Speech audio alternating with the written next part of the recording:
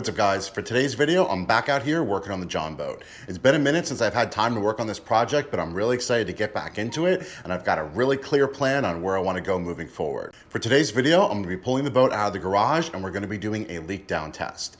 That means we're going to be filling it up with a couple inches of water, and then we're going to be getting under the boat and looking for any leaking rivets. If I do find any leaking rivets, I'll go over how to repair them, and then when I take this boat out on the water for a stability test, we can make sure that all of our rivet repairs have been successful. All right, so for now, I'm gonna go ahead and get this boat pulled out into the driveway, then we'll be able to fill it up with water and see what we're working with. So I just wanna show you guys a little mini heart attack I had.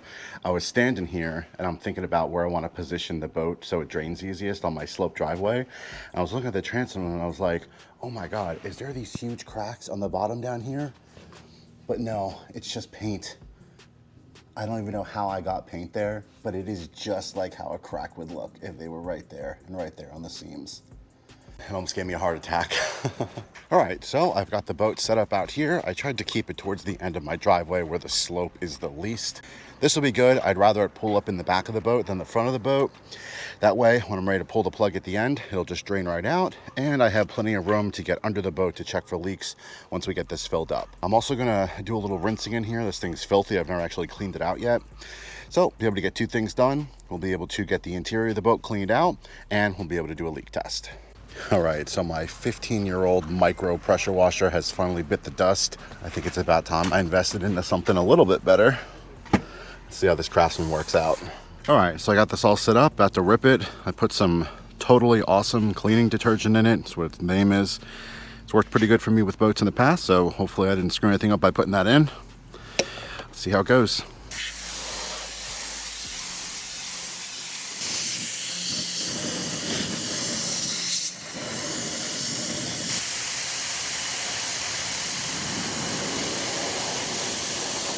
It's looking good so far. As you can see, I've done this front area here, not this area here yet, so it's working really good. I also noticed that it's blasting this green paint off. I don't know where this came from, probably from the previous owner doing something, but it really shows you how well that the factory paint is on. A lot of people asking me, you know, what kind of prep do you need to paint? I don't recommend going down to the bare aluminum unless your factory paint is flaking off. Up here, the factory paint has started to bubble up because there was corrosion going on. I'm hitting every other surface with a pressure washer, so as long as I'm not seeing any other factory paint flake off, a quick scuffing would be more than enough to get this repainted with another color. That's also why I recommend anytime you're buying a used boat, don't find one that people painted, because the prep work is just going to be not something you feel like dealing with. All right, I'm just going to go ahead and get the rest of this thing cleaned up, and then we'll move on to the leak test. So I'm almost finishing up here, but I just wanted to show you something pretty cool I was doing. I'm actually able to take off all of the boat numbers, and on the other side, I was able to take off the factory graphics with this pressure washer.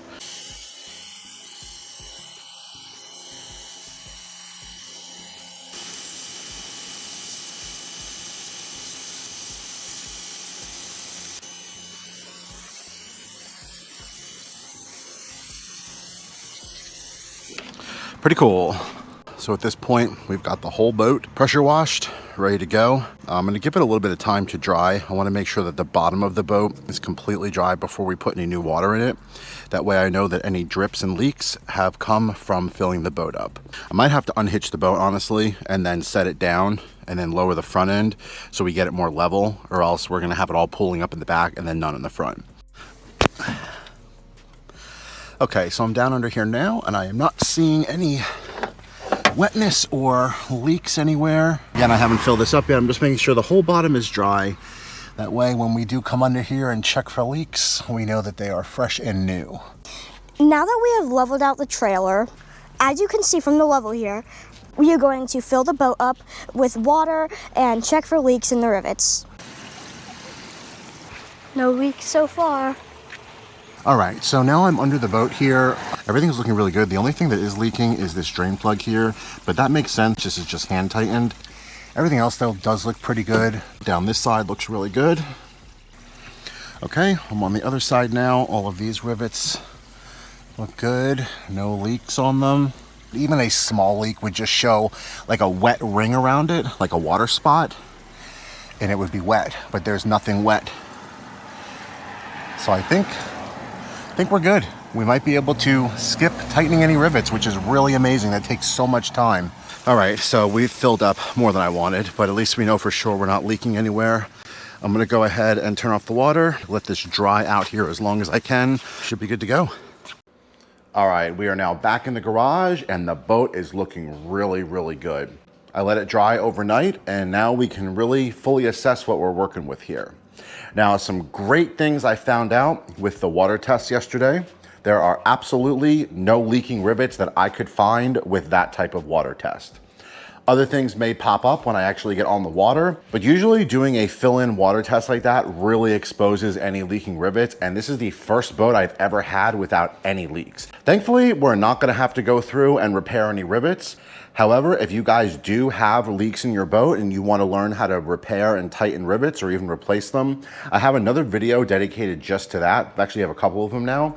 So I'll link that down in the description, and I'll also have it probably as like the recommended video at the end of this video.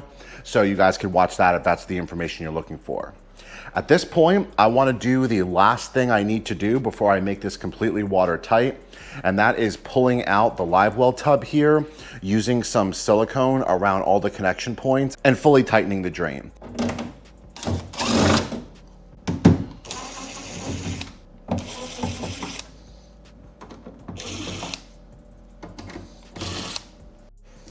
All right, so I actually have a deep socket that matches this top part really well.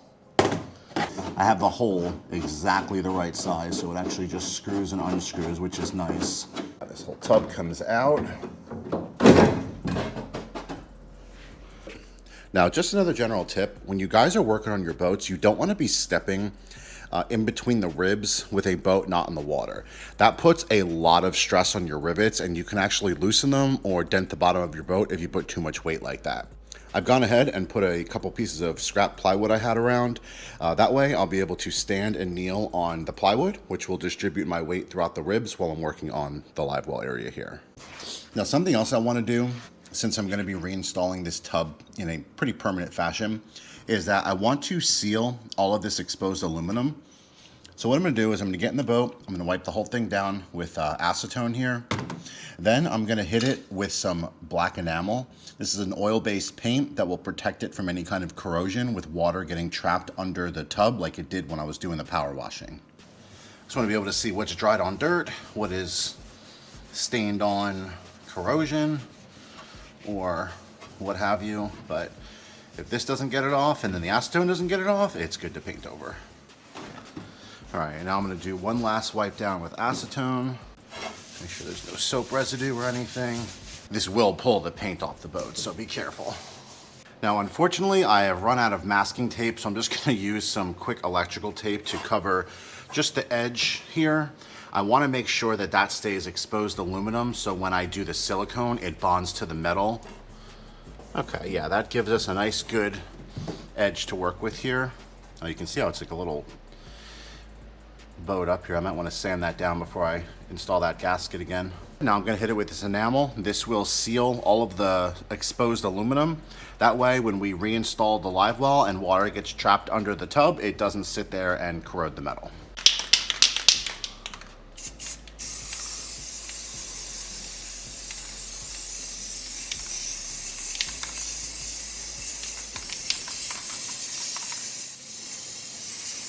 All right, so this is looking good. I'm gonna give this a few minutes to dry, then I'm gonna come back out here and we can get everything reinstalled with the silicone.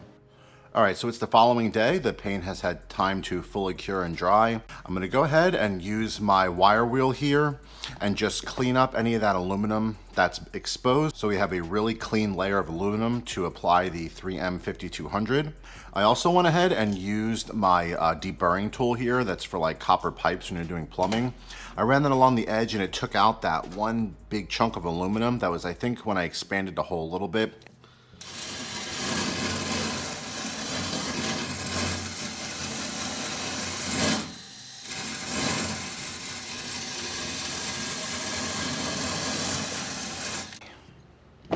And if you can see how shiny this is now, that's because it took off that layer of oxide. Now, definitely wear gloves anytime you're working with 3M 5200. It does not come off. It's not so much that it's strong like super glue. It takes some time to cure, but it just is so sticky and it's white, so it just gets into like your skin and it just never leaves. So, all right, and now I want to clean this with a little acetone, but I want to be super targeted so I don't accidentally start pulling up the paint. I'm just gonna do it right around the edge.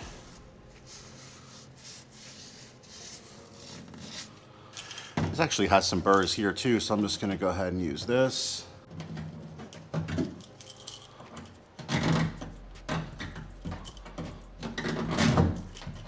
There we go. It's nice and clean now, nice and smooth. Okay, so first thing I'm gonna do, I'm gonna run a very small bead right on the edge here. You don't need a lot. Okay, even that's probably too much, but it'll be okay. I'm gonna go ahead and put the tub back in.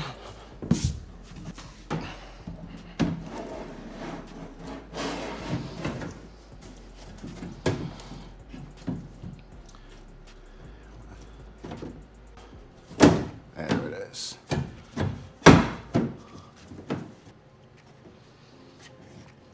Okay, it's squeezed out pretty nicely towards the inside where I wanted it. All right, so now we're on the bottom of the boat here. You can see where the 3M has started to squeeze through. So I'm actually just gonna use that and kind of just paint right around the edge here. This is just gonna screw in place. I have this hole drilled, so it's like just big enough where this can screw in. Okay, so I know I don't have much light in here, but now I have that piece completely in place. I'm gonna go ahead and clean up any of the extra silicone just so it looks a little bit neater once it dries. And then I'm gonna get the top part of the drain installed from inside the boat. Okay, so silicone on the edge. All right, now we're gonna put this washer down. This cap nut. Okay, that's as hand tightened as I can get. All right, now I have a 1 3/16 socket here. Now this should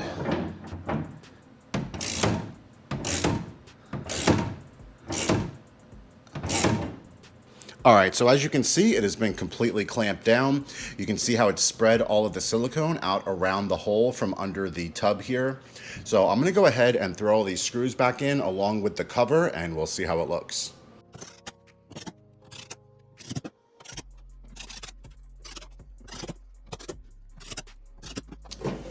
Okay, so before I install this cover, it looks like there used to be some kind of foam here.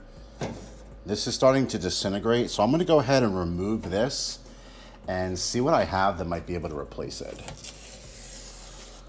Yeah, let's see if this just peels right off. Yeah, we don't want that getting back in anything.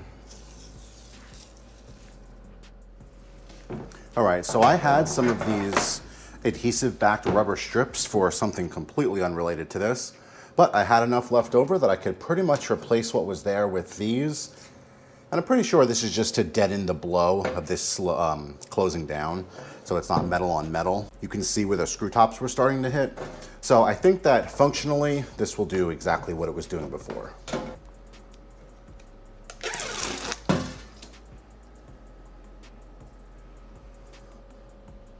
All right.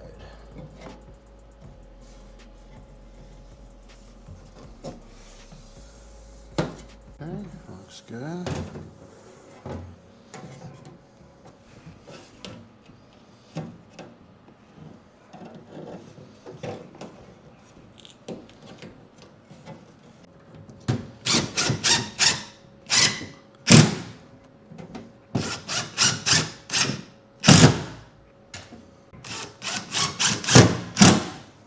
All right, so with that, this should open nice and then close. Yeah, it's a little nicer of a thud instead of metal on metal. And then now our drain plug is curing. Go ahead and throw the lid on. All right, so at this point, every aspect of the boat has pretty much been tested and came back leak-free. The live well drain has been completely redone. Now that all of the rivets have been tested with a leak down test and the drain plug has been completely waterproofed, I'm ready to take this out on the water and see how it does.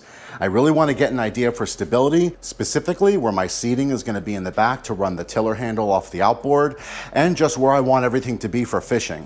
I do want to keep this center bench. I'm going to use it to either build a really large deck, which is what I'm really thinking about doing, maybe like a flat horizontal deck that then steps up into the very top area where our trolling motor and stuff is going to go. But for now, I just want to make sure that I get a feel for the boat on the water, then we can start really building everything out.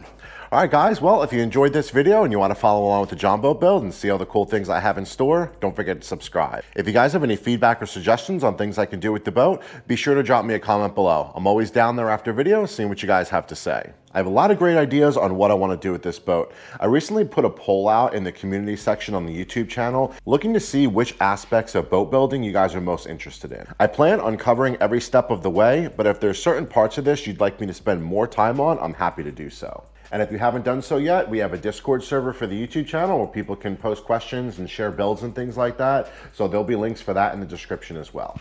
All right, guys, thanks for watching.